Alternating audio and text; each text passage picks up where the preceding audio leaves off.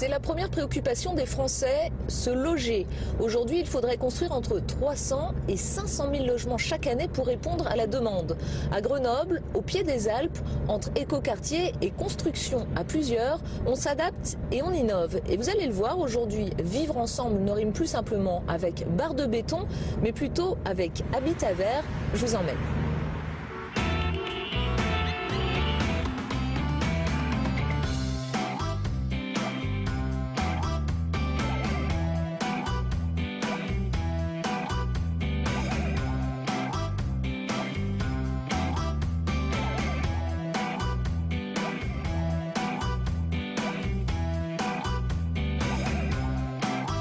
Au sommaire de ce numéro d'Itinéraire bis, découverte du premier écoquartier de France au cœur de la ville de Grenoble, rencontre ensuite avec ses familles associées pour construire leur logement et enfin découvrez avec nous cette maison bijou de technologie et d'écologie.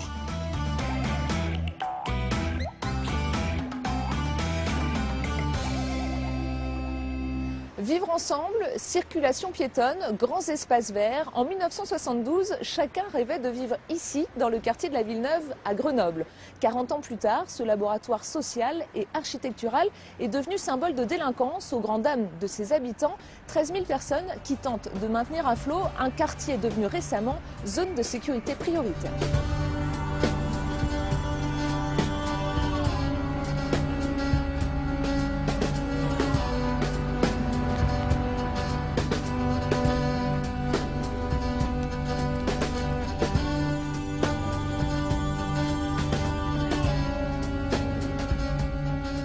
Voilà 40 ans qu'elle habite ici au milieu des tours et face au parc de la Villeneuve.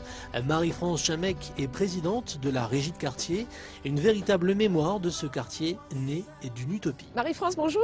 Bonjour Julie. Nous voici dans ce fameux quartier de la Villeneuve. Vous y vivez depuis ses débuts. Oui. Alors, quand il a été inauguré en 1972 par le maire socialiste de l'époque, Hubert Dubedou, c'était un peu la vitrine de Grenoble avec un slogan, réinventer la vie, rien de moins. Lorsque en 72, cette idée, et en amont bien sûr, le projet était bien en amont, ce quartier a poussé, c'était d'une part pour répondre quand même aux problèmes de logement, mais aussi pour créer et mettre en place des choses qui permettent aux gens de mieux vivre ensemble. Dans certaines montées, vous avez une coursive de logements sociaux, une coursive de copropriétaires. Les portes dans les coursives, les portes des appartements étaient ouvertes. Il y avait des choses, des repas ensemble, c'était convivial, c'était innovant, un peu pionnier effectivement. Architecturalement, c'était différent aussi. On souhaitait faire autre chose que les bars des années 70, là, des cités. Absolument, vous voyez un petit peu le style. Alors maintenant, on a beaucoup à redire sur cela, mais les appartements sont de très grande qualité. Ça a bien vieilli tout ça? Ça a relativement bien vieilli, même si le béton travaille maintenant 40 ans, c'est vrai, ça commence à faire, mais quand même, la conception était très originale et ça donnait envie aux gens d'aller faire un essai là. 40 ans plus tard, qu'est-ce qui a changé ici et dans la vie, mais aussi dans l'architecture? Ce qui a changé dans la vie associative n'a pas changé. Il y a toujours autant d'associations sur les quartiers. Ce qui a changé, c'est sans doute la manière dont les logements ont été attribués à un moment donné. Et l'on retrouve certaines montées qui sont quand même où la mixité sociale existe difficilement. Le mélange se fait sans doute moins bien parce que les gens ont tendance du coup à un repli sur eux-mêmes. Vous êtes dans quel état d'esprit? Vous êtes triste? Vous êtes en colère que le quartier soit devenu ce qu'il est? Triste, sans doute. C'était utopique aussi. Donc l'utopie, c'est comme le rêve, c'est pareil, ça peut durer, comme ça peut aussi capoter, je vais dire, pas pouvoir, ça disparaît au bout d'un moment.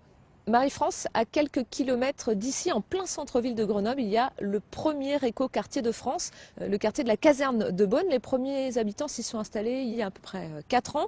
Je vous propose qu'on le découvre ensemble. D'accord. On y va en tram? En tram, pourquoi pas? Eh ben C'est oui, une bonne tram. idée.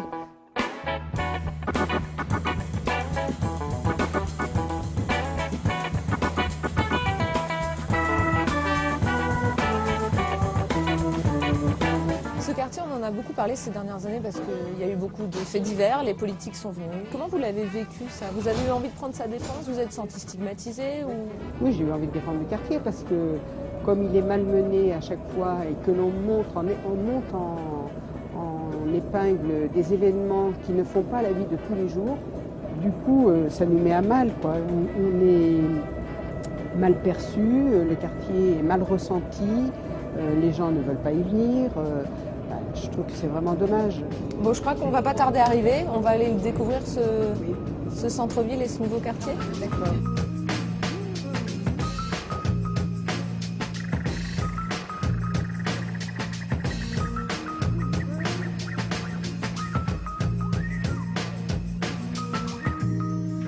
Il y a 10 ans à peine, c'était une caserne désaffectée en plein centre-ville de Grenoble. Depuis, un écoquartier est sorti de terre entre mixité sociale et écologie. Nous y voici, Marie-France. Loïsos, bonjour. Bonjour. Marie-France, on est venu avec elle, c'est une habitante du quartier de la Villeneuve, juste à côté. Vous connaissez ce quartier, j'imagine, à Grenoble. Alors nous y voici, le quartier de la caserne de Beaune, premier éco-quartier français. C'est quoi la différence avec un quartier classique ? Tout d'abord, de Beaune, c'est un quartier de centre-ville. Donc c'est un quartier dans lequel nous trouvons toutes les fonctions d'une ville.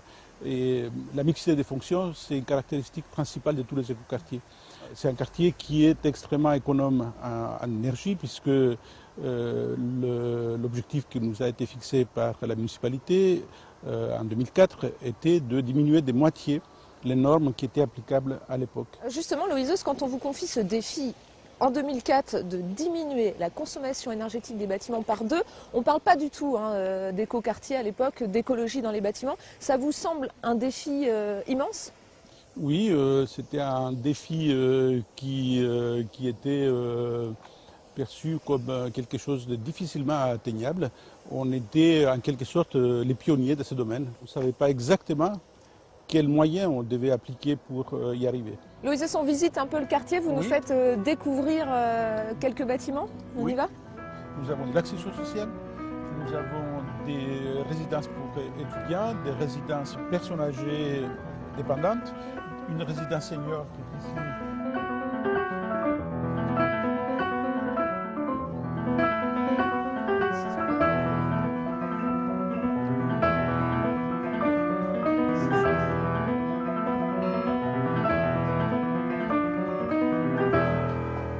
Nous y sommes sur le toit et c'est là qu'on découvre concrètement le côté écologique des constructions. Voilà. Donc nous sommes sur le toit d'un immeuble de logements sociaux. Donc cet immeuble, comme tous les immeubles du quartier de Beaune, comporte un certain nombre d'équipements techniques. Donc vous avez d'une part les capteurs solaires pour la production d'eau chaude. Sur chaque immeuble. Donc chaque immeuble, chaque opération devait produire la moitié des consommations en eau chaude annuellement avec un système solaire. Vous avez aussi les terrasses qui sont végétalisées. Donc là, on a les panneaux solaires, le système de ventilation double flux, les jardins. Et puis, ce qui caractérise aussi ces immeubles, leur côté écologique, c'est leur isolation. Ici, il est recouvert avec un système de membrane plastique. Ah oui, je croyais que c'était du métal en fait. Non, c'est une membrane plastique qui est soudée et qui crée une continuité parfaite entre les fenêtres et la façade de manière à ce qu'on soit le mieux isolé possible. La question qu'on peut se poser, c'est finalement, est-ce que tout ça, ça coûte beaucoup plus cher que la construction d'un quartier classique ? À la construction, nous avons estimé à 100 à 120 euros le surinvestissement pour tout ce qu'on a mis en place pour consommer 2 fois moins d'énergie qu'un immeuble lambda à la même époque. Ouais. 120 euros de plus au mètre carré, c'est ça ? Au mètre carré habitable. Au mètre carré habitable, ouais. On reviendra voir peut-être dans 10 ou 20 ans pour voir comment ça a vieilli. Et en attendant, pour savoir comment les habitants se l'approprient, on va aller avec Marie-France à la rencontre d'une habitante. On vous remercie, Loïsos, de nous avoir accordé du temps pour cette visite. À bientôt. À très bientôt. Dans 10 ans, voilà. À très bientôt. Merci.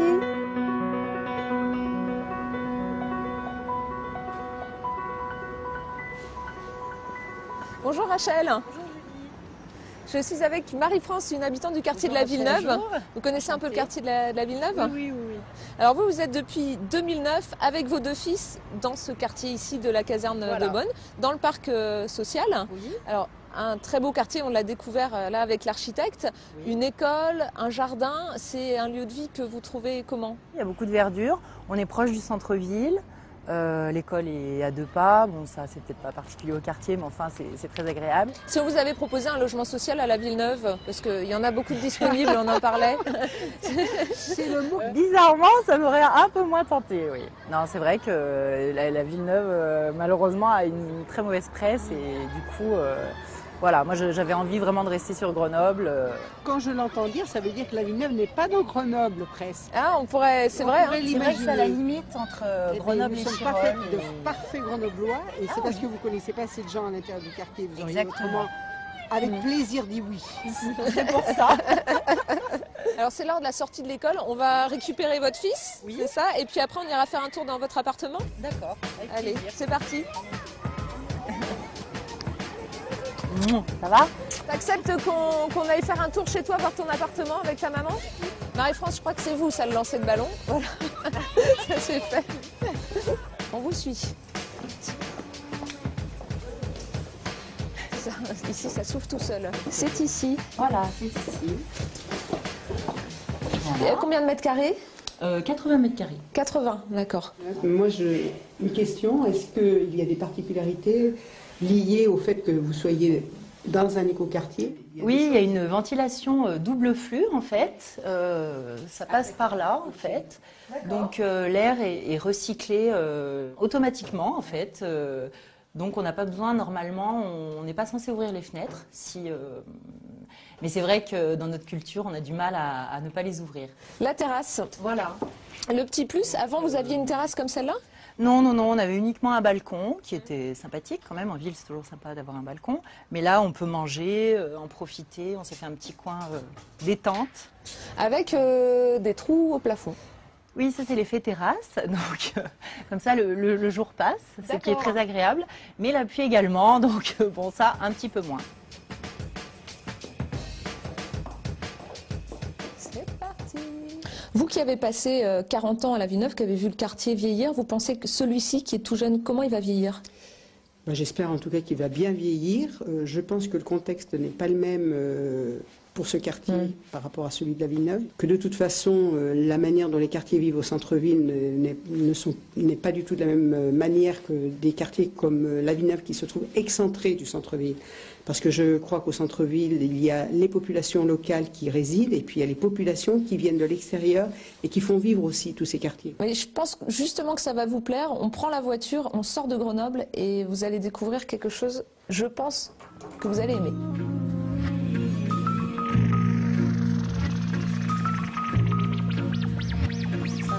On prend la direction de Chambéry, c'est ça? Voilà. qu'on fait à Pontcharrat. Voilà, on va dans la vallée du Grésivaudan, ils disent ici.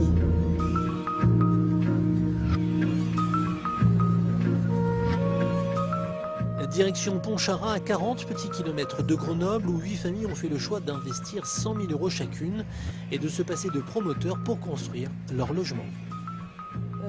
On est sur un chantier où il n'y a pas de promoteur. Il y a 8 foyers, 8 personnes qui se sont unies pour construire leur maison. Très bien. Ça s'appelle l'habitat participatif. On va voir ce que ça donne. Tout à fait, ça m'intéresse. Bonjour. Bonjour, Julie, enchantée. Bonjour, Julie, enchantée. Bonjour. Bonjour Julie. Damien, c'est ça. Alors, on est venu avec Marie-France, qui est une habitante du quartier de la Villeneuve à Grenoble, Oui, c'est vrai, oui. et qui vient découvrir votre projet. Voilà, ça m'intéresse de Ça voir un petit peu comment on peut faire un habitat partagé. Oui, ça va vous changer un petit peu, je pense. Ah, on partage notre habitat tout le temps. Bien nous, sûr, mais bon. bien sûr. Pourquoi s'unir pour construire? Pour plein de raisons, pour la mutualisation des ressources, ce qui est valable pendant la construction comme après, quand on va habiter dedans. Pour la dimension sociale, parce qu'on a envie d'habiter ensemble, on a envie de choisir, entre guillemets, les gens avec qui on habite. Rien que la conduite de projet à plusieurs, c'est déjà une super aventure. Donc tout ça, c'est des valeurs humaines qui s'ajoutent. Et à la fin, on a un beau projet avec une belle qualité de vie. Il y a les valeurs humaines, il y a aussi le financier. Est-ce que vous, par exemple, vous auriez pu accéder à la propriété s'il n'y avait pas eu ce projet en commun? pour le même budget, on se trouverait un appart ici à Pontcharrat aussi, qui aurait vraisemblablement 30 ans, 40 ans, dans une vieille bâtisse, qui aurait besoin de rénovation. Alors que là, on a une bâtisse bioclimatique qui est au top de l'isolation, de la noblesse des matériaux, on fait du solaire passif. C'est pas trop difficile de s'entendre quand on travaille comme ça sur un projet à 8 ? Dans l'absolu, j'imagine que c'est toujours difficile. Je parle de mon expérience personnelle. On a la chance d'avoir un groupe qui est certes super hétérogène, mais où tout le monde est animé par le vœu que ça marche. Donc jusque-là, on a toujours obtenu le consensus. Alors que vous vous connaissiez pas forcément avant ? Non, pas du tout. On jette un coup d'œil au chantier ? Allez-y. Déjà bien avancé. Alors Damien, au printemps prochain, vous habiterez ici, chacun dans votre appartement, mais également avec des espaces communs. Oui, bien sûr. Ouais. Partie inhérente d'une démarche d'habitat groupé. Chaque appartement est indépendant, mais bien sûr, c'est la démarche de l'habitat groupé. On partage un maximum de ressources. Donc, dans la bâtisse principale, au milieu de laquelle on va avoir buanderie, laverie, cave en commun.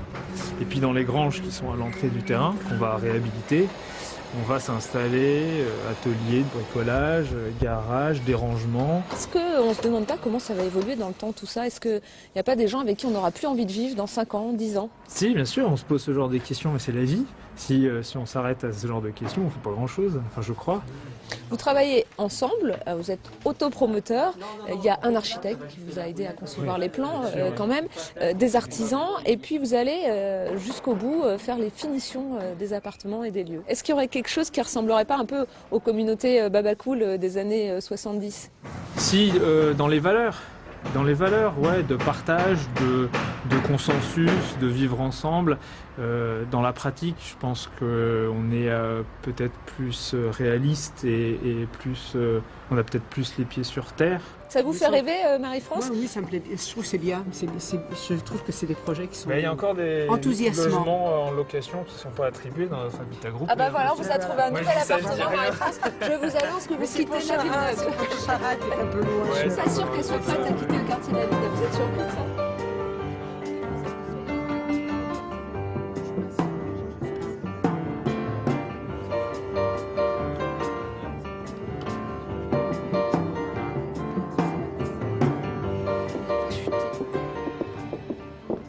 Marie-France, merci d'avoir fait un bout de chemin avec nous.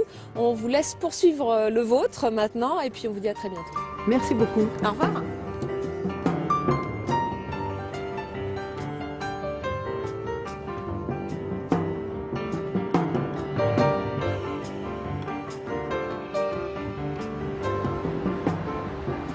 On l'a vu dans la première partie de cette émission, pour Marie-France, Rachel, Damien, bien se loger est une question centrale. À Grenoble, les étudiants représentent 20% de la population et pour eux aussi, trouver un appartement relève parfois du parcours du combattant. Je vous propose maintenant de découvrir une colocation d'un nouveau genre. On les appelle des cave-sœurs, ils ont 20 ans à peine et vivent ensemble.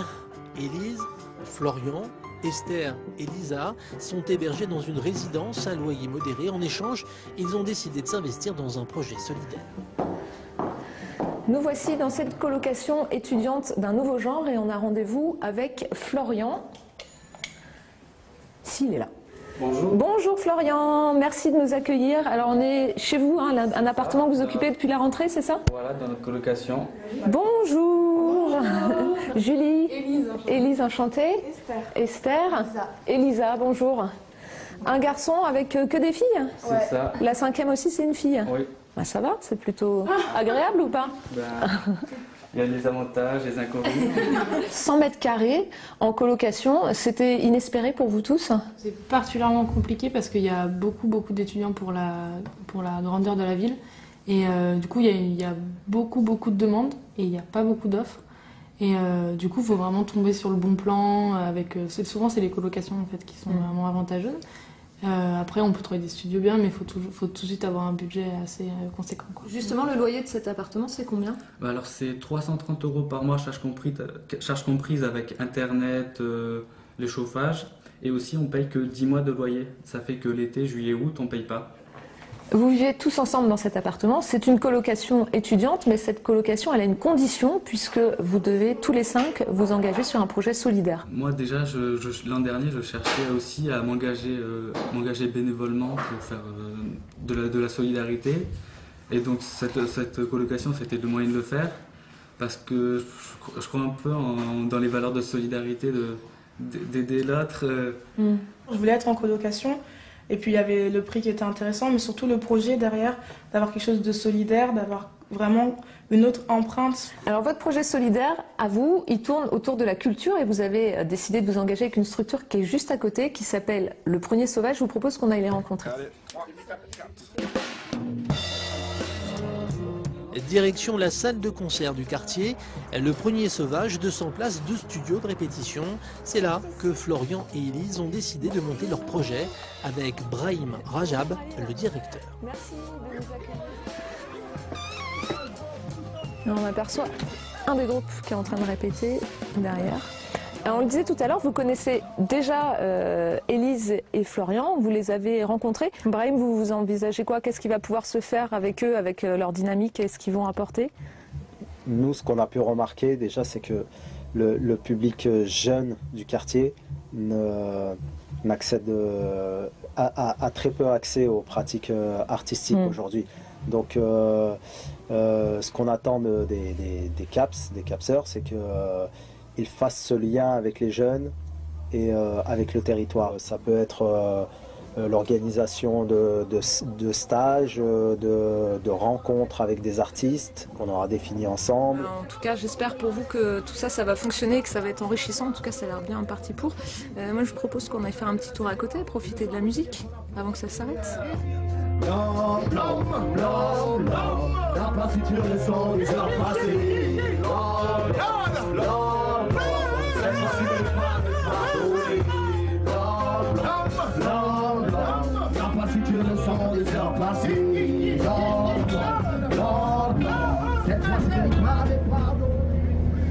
Alors Élise, toi tu es étudiante en urbanisme, c'est ça? Pourquoi tu as choisi cette voie-là?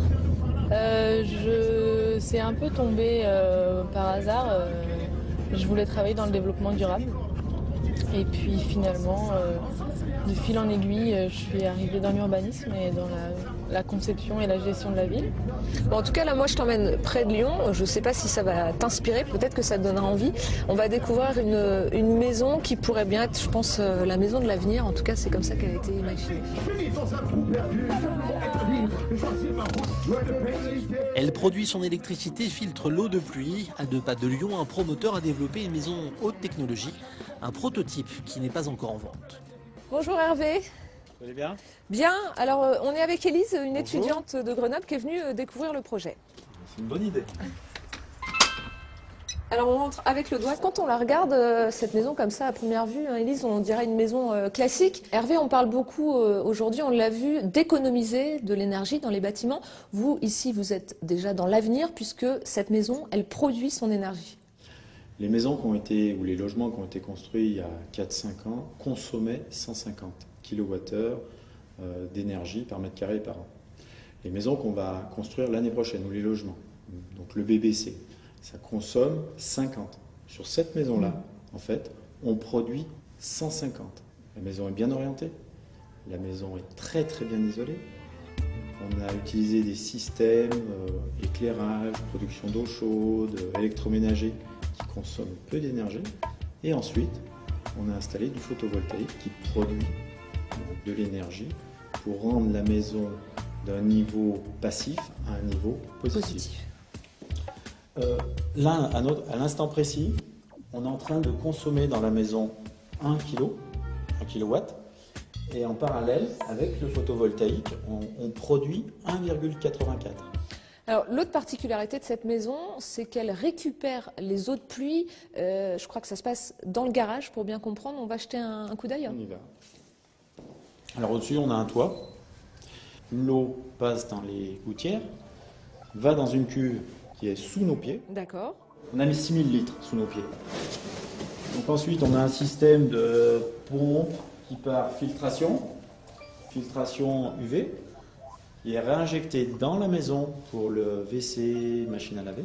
La petite surprise dont on parlait, puisque c'est une voiture, mais pas que, puisqu'elle est totalement liée à cette maison, cette voiture. On a mis un peu plus de photovoltaïque pour recharger cette voiture. Donc en fait, c'est la maison qui recharge la voiture. On a un plein solaire gratuit et pour faire 60 km jour, sachant que l'autonomie de la voiture, c'est 160 km. Eh bien, Élise, je te propose qu'on aille faire un petit tour pour voir ce que ça donne, comme elle est chargée. Merci beaucoup. Merci Hervé de nous avoir fait visiter cette maison. On vous ramène la voiture, hein, ne vous inquiétez pas. C'est gentil. Peut-être. Ouais, d'accord, c'est pas grave.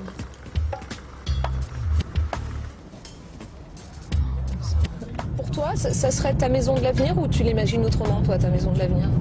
Moi, je l'imagine autrement. Je n'imagine pas la maison individuelle, en fait. J'imagine vivre en collectif plutôt, avec des gens autour de moi, plutôt qu'avoir son petit pavillon, même si c'est quelque chose qui est très légitime. Moi, personnellement, c'est pas trop ce qui me fait rêver. Allez, pour finir ce tour d'horizon des projets innovants en matière de logement, rencontre avec Charles Ambrosino, urbaniste et chercheur. Charles Ambrosino, merci de nous accueillir à l'Institut d'urbanisme de Grenoble. On a découvert en début d'émission le quartier de Villeneuve à Grenoble, une utopie des années 70 qui a presque tourné au cauchemar. Comment pensez-vous qu'on en est arrivé là?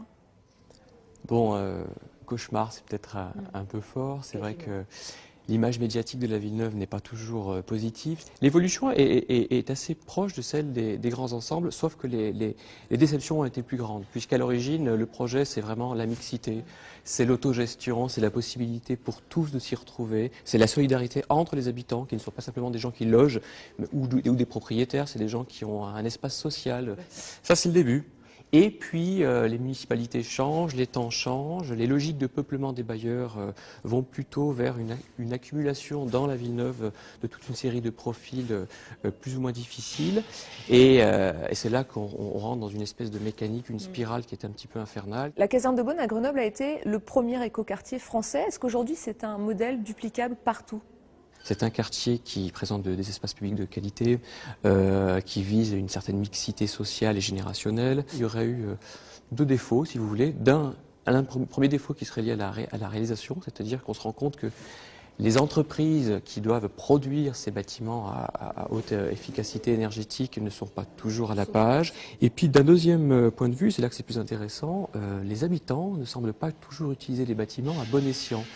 Et encore une fois, le parallèle avec les grands ensembles des années 50-60 est intéressant parce que on se demande dans le fond c'est quoi? Qu'est-ce qui prime? C'est l'innovation technologique qui vise à garantir une efficacité énergétique où l'habitant devrait se plier à l'innovation, ou bien, et c'est là que la question de la durabilité pourrait nous apprendre certaines choses, peut-être faudrait-il se poser la question d'abord de l'usage et ne pas en vouloir à l'habitant qui n'est pas capable de bien comprendre qu'il faut changer tous les 15 jours son filtre, ou qu'il faut ne pas ouvrir une fenêtre parce que pour maintenir le bilan calorifique de la pièce. On a également découvert dans cette émission le concept d'habitat participatif. Est-ce que dans ce temps de crise, c'est une voie à explorer, ce concept d'habitat participatif ? Alors, est-ce que c'est pérenne? Notre question qui se pose, c'est dans le fond, dès lors que vous avez c'est un phénomène générationnel, c'est un groupe d'individus qui à un moment T, si vous voulez, porte un projet solidaire entre un groupe d'individus, mais dans le temps, est-ce que les choses peuvent se transmettre? Elles se transmettent contractuellement, elles se transmettent de manière tacite. Comment organiser la transmission entre les générations de quelque chose qui est porté par un groupe d'individus dans une société qui évolue? C'est une vraie question. C'est vrai que la différence avec la Villeneuve, c'est l'échelle. C'est-à-dire que l'échelle de l'autopromotion, c'est bien souvent un bâtiment. L'échelle de la Villeneuve était celle d'une petite ville. Charles Ambrosino, merci d'avoir répondu à nos questions. C'était avec plaisir. Psychedelic Sally, with your painted face. Psychedelic Sally, you're my saving grace. Psychedelic Sally, give your soul some time. Voilà, notre balade en Isère s'achève. De l'utopie manquée du quartier de la Villeneuve à l'habitat participatif en passant par l'écoquartier de la caserne de Beaune. Ici, habitants et pouvoirs publics inventent l'habitat de demain en espérant que ces projets résistent au temps. En attendant la prochaine émission, on reste en contact sur notre compte Twitter. À très bientôt pour une nouvelle balade dans une France inattendue. Living life from hand to hand, passing round from man demand. For you know your feelings will be numb. Psychedelic Sally.